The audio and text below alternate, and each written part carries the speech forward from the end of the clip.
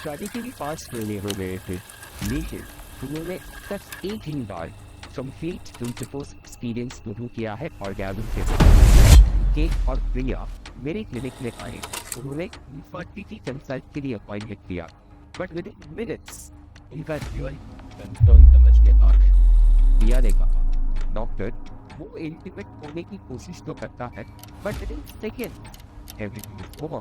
Cat की आंखों में उसने बोला, मैं ट्राई करता हूँ डॉक्टर, बट कंट्रोल करने का बहुत ट्राई किया, पर उनकी शादी को 6 महीने में पर इमोशनल और फिजिकल फ्रस्ट्रेशन दोनों की तरफ। और सबसे बड़ी बात, उन्होंने इस टॉपिक पर इससे पहले किसी से बात की। ये सिर्फ उन दोनों की कहानी, ये कहानी कुल हजारों कपल है जो साइलेंटली सफर कर रहे हैं premature ejaculation sickness. Premature ejaculation यानी का मतलब है इजैकुलेशन होना पूरा डिजाइन, हर बार कंसिस्टेंटली, बिना कंट्रोल। मेडिकली इसे हम तब डायग्नोज करते हैं जब इजैकुलेशन पेनिट्रेशन के 1 से 2 मिनट के अंदर हो जाता है, स्पेशली जब वो इजैकुलेशन पेशेंट के कंट्रोल के बाहर हो और सैटिस्फैक्शन के दौरान हो।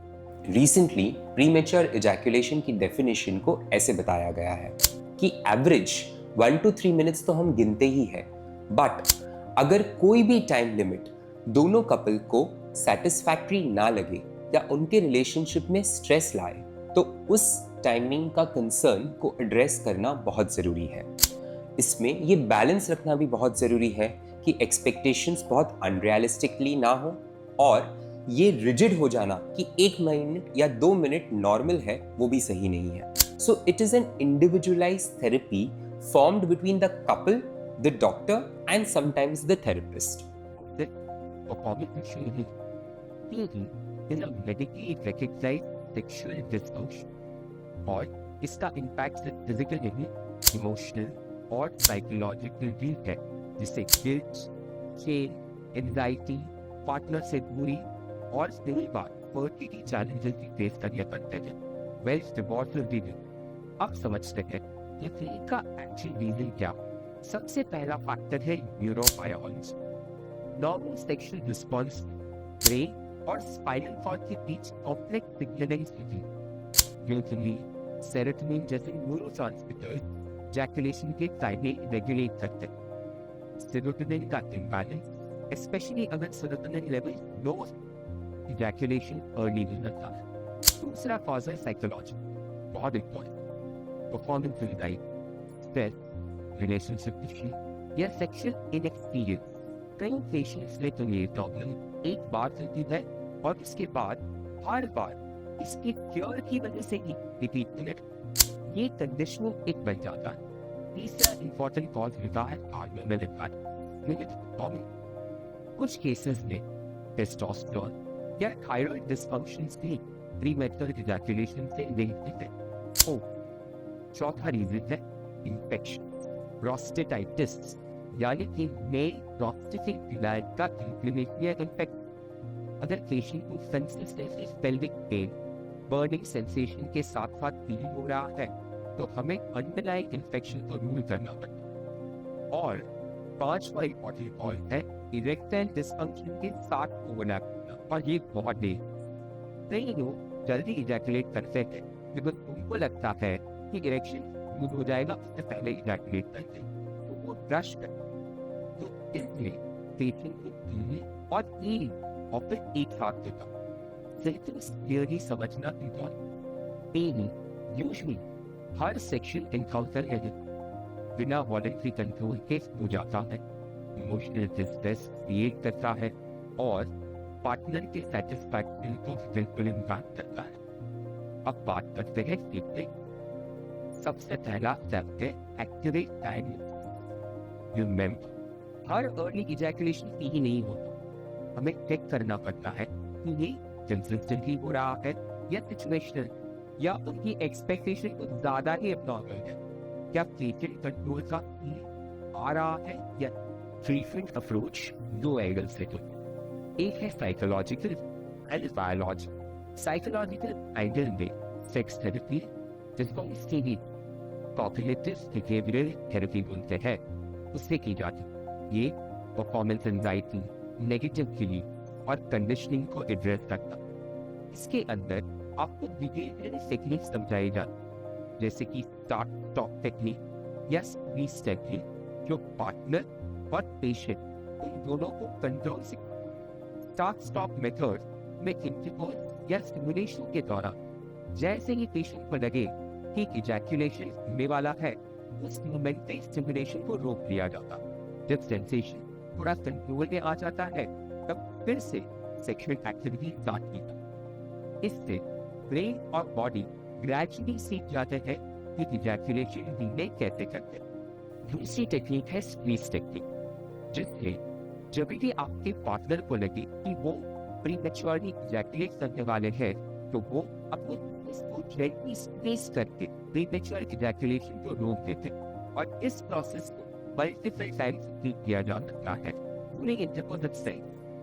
दोनों टेक्निक्स का गोल होता है फिजिकल और साइकोलॉजिकल कंट्रोल को मिक्स और इम्प्रूव करना। लेकिन ये तभी काम करता है जब दोनों पार्टनर्स पेशेंट इस प्रॉब्लम से डील करने के लिए रेडी हो।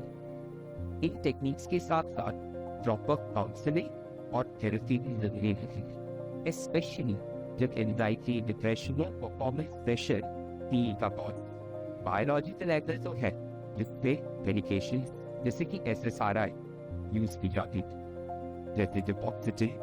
ये सेरोटोनिन अपटेक को हीले करता है, जिससे इजैक्यूलेशन का टाइम इंप्रूव हो जाता है। ये वजह से डॉक्टर प्रिस्क्रिप्शन ने शॉर्ट टर्म के लिए यूज की जाती।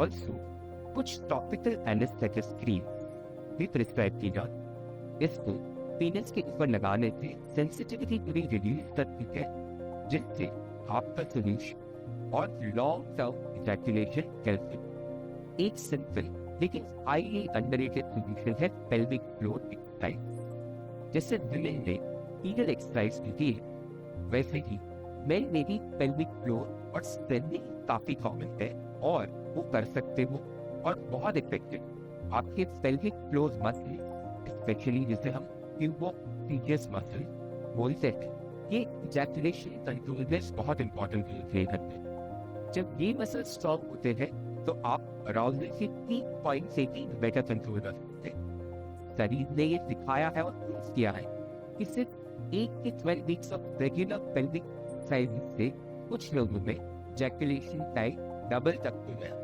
If you can do this consistent, आप किसी मेडिकेशन की जरूरत नहीं करें या मेडिकेशन से आप छुटकारा पा जाए। अगर आपका कौन हार्मोनल है या इंफेक्शन बेस्ड है, तो उसको स्पेसिफिकली ट्रीट किया जाता है। अगर थायराइड या टेस्टोस्टेरोन मैनेजमेंट है, वो करो। एंटीबायोटिक इंफेक्शन और प्रोस्टेटाइटिस ले लें, या एक चीज क्लियर करना जरूरी, ए का ट्रीटमेंट इफेक्टिव, लेकिन सबसे बड़ा ब्लॉक है कि ये जो पेशेंट्स ये करते हैं, अज्यूम कर लेते हैं कि ये तो सबके साथ होता है, या फिर सेल्फ ब्लेम करते हैं। लेकिन अगर आप या आपका पार्टनर इस कंडीशन में साइलेंटली स्ट्रगल कर रहे हैं, तो डायग्नोसिस और राइट इंटरवेंशन से नोटिसेबल इंप्रूवमेंट पॉसिबल। और अगर आप प्रेगनेंसी जारी कर रहे हैं, तो प्रीमैच्योर इजैक्यूलेशन आपकी फर्टिलिटी को डायरेक्टली तो इफेक्ट नहीं करता, क्योंकि स्पर्म तो वजाइना में डिपॉजिट हो ही रहे हैं, बट इनफर्टिलिटी के प्रेशर के साथ साथ पी का प्रेशर आपको और भी ज्यादा स्ट्रेस में डाल देगा। तो अगर ये वीडियो आपको किसी दोस्त या कपल के लिए रेलेवेंट करता है, जिनको शायद कभी इस टॉपिक में ओपनली बात करने का मौका ना मिला हो, तो उन तक ये जरूरी है, क्योंकि तेजी से रिकवर किया जा सकता है, लेकिन सिर्फ तब जब हम इसके बारे में सोचना शुरू करें। मैं हूँ डॉक्टर युवराज कटेचा। मिलते हैं अगले वीडियो में एक और इम्पोर्टेंट